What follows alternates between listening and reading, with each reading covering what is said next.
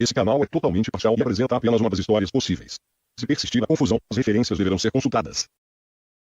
O tempo passa e algumas frases prontas ficam indo e voltando na boca dos conservadores e negadores da ciência. E dentro da biologia, que é a minha área, uma das que mais ouvimos é: mas a evolução é só uma teoria. Se fosse uma verdade, seria um fato. Essa afirmação faz algum sentido? A evolução é só uma teoria ou é um fato? O que significa cada uma dessas coisas? Como você já viu no título, é isso que a gente vai conversar hoje aqui no vídeo.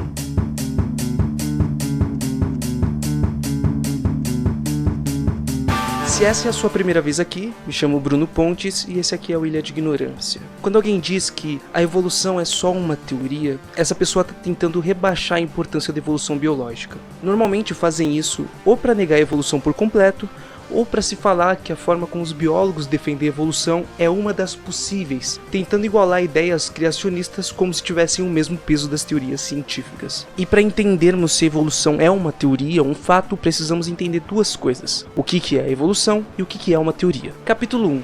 O que é a evolução? Uma coisa que precisa ficar clara aqui, e que eu tento falar em todo canto que eu apareço da internet, é que os diferentes conhecimentos humanos são construídos com a ajuda de um número gritante de pessoas que nunca vamos conhecer o rosto ou o nome. Como eu tô num vídeo no YouTube, eu obviamente vou ter que fazer uma generalização total do processo histórico da evolução. E aí aqui a gente vai ter muito menos tempo para citar essas pessoas que foram importantes. Se você quiser saber um pouquinho mais aprofundado sobre isso, eu tenho outros dois vídeos aqui, que tentam falar um pouquinho mais sobre a história da evolução biológica. Se você quiser, você pode abrir em outra guia e assistir assim que esse acabar. Então vamos pro resumo. Lá pelo século V, a Europa começa a ser tomada pelo cristianismo, o que faz com que tomem a Bíblia como a base para se entender como todas as coisas surgiram. Ligada aos seres vivos, ela vai trazer a ideia de que Deus criou todos os animais e plantas da forma que já são hoje. E ligada à passagem de tempo, desde a criação, alguns cálculos foram realizados com base nas famílias descritas na Bíblia e se chegou à ideia de que o planeta foi criado por volta de 4000 a.C. Com o passar do tempo e o trabalho de muita gente, várias evidências começaram a contrapor o pensamento cristão. Com o desenvolvimento da geologia foi percebido que o planeta era muito mais antigo.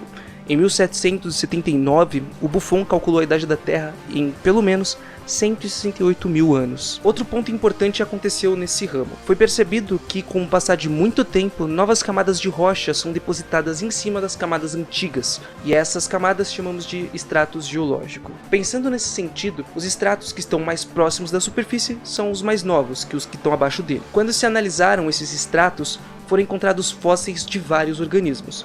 E quando compararam os fósseis de diferentes estratos, foram percebendo que alguns organismos eram encontrados só em alguns estratos específicos, e nos estratos superiores ou desapareciam por completo ou encontravam outras espécies parecidas com elas, mas não idênticas. Então aqui a gente tem um fato da geologia. As espécies encontradas em um estrato não são as mesmas espécies encontradas em outros estratos. Agora, como que a gente consegue explicar isso? Vários autores e autoras começaram a construir uma teoria de que essas espécies se modificam com o passar do tempo e dão origem a espécies novas. Alguns chamavam esse processo de transformacionismo das espécies, e hoje conhecemos ele como a evolução biológica. No século XIX, o transformacionismo das espécies já era aceita por parte considerável da comunidade científica, e duas leis principais eram utilizadas para explicar como essas mudanças aconteciam: a lei do uso e desuso e a lei dos caracteres adquiridos. Em conjunto, essas duas leis explicavam que, conforme se muda o meio em que um organismo vive,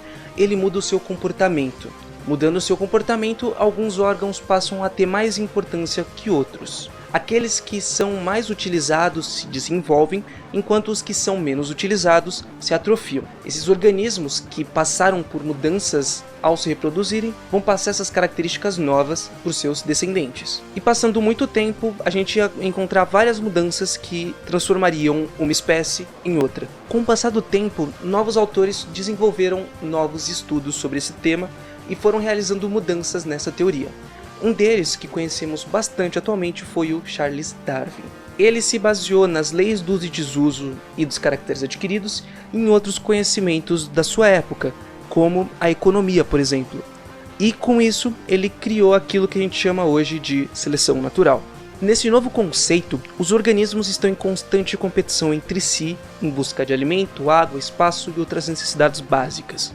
Como os organismos já nascem diferentes entre si, aqueles que tivessem alguma característica que o ajudasse a conseguir mais recursos teriam mais vantagens na competição com os outros indivíduos da sua espécie. E quem tem mais vantagem se alimenta melhor, vive melhor e no fim deixa mais descendentes com aquelas características que o ajudaram na sua existência no meio. Já os que possuem alguma característica que prejudique a sua existência não sobrevive e não passa essa característica para a próxima geração. Passando muito tempo, a nova população de descendentes da antiga só teria indivíduos descendentes diretos daqueles que as características beneficiaram a sua vida naquele ambiente. Darwin também foi importante por outras construções para a teoria da evolução, como a ideia de que todos os outros organismos vivos hoje em dia são descendentes de uma espécie ancestral em comum, e outras contribuições que não vão caber nesse vídeo aqui. Dos tempos do Darwin aos dias de hoje, novas mudanças teóricas foram feitas por inúmeras pessoas para se descrever e explicar a evolução. Alguns mecanismos explicativos, como as leis do desuso e dos caracteres adquiridos, deixaram de ser aceitos, enquanto outros foram acrescentados, como a explicação da origem das variedades individuais que a genética nos trouxe. Além disso, novas observações foram realizadas e acabaram corroborando a ideia de que as espécies se modificam com o tempo.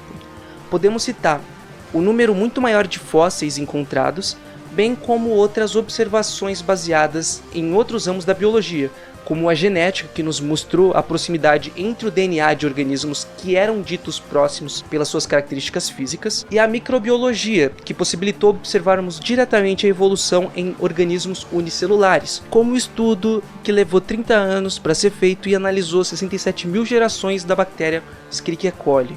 Por ter um ciclo de vida muito mais curto que os organismos pluricelulares, foi possível observar o desenvolvimento de novas características nessa população, o que seria basicamente o acompanhamento direto da evolução desses organismos. Para se ter uma ideia, esse número de gerações na nossa espécie seria o equivalente a 1 milhão de anos. Agora sabemos o que é evolução, e você viu que eu chamei em alguns momentos aqui ela de teoria. Mas o que isso quer dizer? Capítulo 2. O que é uma teoria científica? Eu já falei isso no vídeo em que expliquei um pouquinho sobre o design inteligente e por que ele não é uma teoria científica. Mas vamos retomar porque não sei se todo mundo aqui que chegou nesse vídeo já viu o anterior. Existem várias definições para o conceito de teoria. No senso comum, entendemos que uma teoria é uma especulação sem fundamento nenhum, como se fosse um chute ou um palpite sobre alguma coisa. Mas esse está longe de ser o significado que essa palavra tem no meio científico. Várias filósofas e historiadoras da ciência vão ter definições diferentes para teoria científica. Nesse vídeo, eu estou usando a definição da Marina Marconi e da Eva Lakatos. Elas nos contam que uma teoria é construída com base no que já existe na literatura científica de uma época. Com base nesse conhecimento existente, cientistas começam a compilar vários fatos analisando seus objetos de estudo. Nessa relação entre teoria que já foi produzida e novos fatos observados, são criados novos conceitos, classificações, generalizações, leis e por aí vai, que tentam explicar como que fato e teoria se relacionam. Então, uma teoria científica nasce disso. Ela seria basicamente um sistema de conhecimentos coesos que usa os conhecimentos científicos criados para se explicar as observações feitas no meio científico. Mais ou menos como vimos nesse resumo sobre a evolução biológica e sua construção. As autoras também apresentam uma definição para fato dentro do meio científico. No senso comum, temos a ideia de que o fato é algo provado, algo verdadeiro e definitivo. Só que não existe nada definitivo na ciência. Para elas, um fato é uma observação empiricamente verificada guiada por uma teoria científica que já existe. Hoje, quando observamos fósseis, usamos a nossa bagagem da geologia atual para criar um fato de que aquilo são as marcas ou restos de um organismo que viveu num número X de anos no passado. Até o século XVIII, os saberes ligados à geologia indicavam que os fósseis seguiam na mesma linha dos cristais e minérios, surgindo naturalmente na rocha. Então, quando se encontrava um fóssil naquela época, era criado um fato completamente diferente do fato que criamos hoje em dia. Com o passar do tempo, as teorias predominantes se modificam e isso influencia na forma como a gente observa a realidade e construímos novos fatos.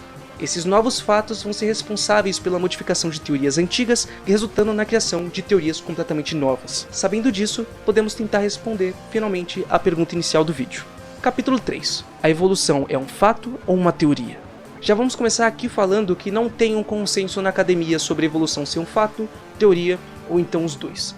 Cada autor que fala sobre isso usa uma definição diferente de fato e teoria, e com isso acaba chegando numa conclusão diferente. Nesse vídeo estamos baseando na definição da Marconi e da Lakatos para analisar alguns fatos da construção histórica do conceito de evolução. Como qualquer outra pessoa também, estou limitado ao meu referencial teórico. É uma das análises possíveis. Agora, se você quer uma verdade universal, você pode sair do vídeo e aí ler o livro Universo em Desencanto.